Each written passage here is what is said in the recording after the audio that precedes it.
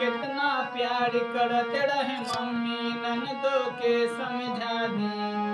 घर के दुलरवी रहनी अपना सैया जी बता दी।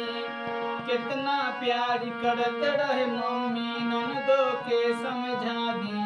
तू पढ़ल लिखल बाबू धनिया के से जुबान न लड़ैया।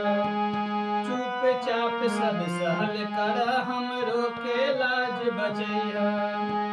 केहू तिरछा तकनी कहे केहू बात पकनी कहे।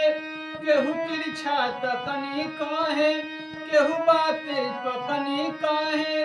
कुछ कहे हो ऐसैया देवरा मन रखनी कहे।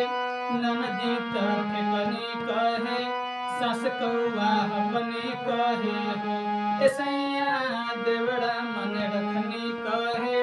ननदी तक कनी कहे सास कौआ अपनी कहे हो।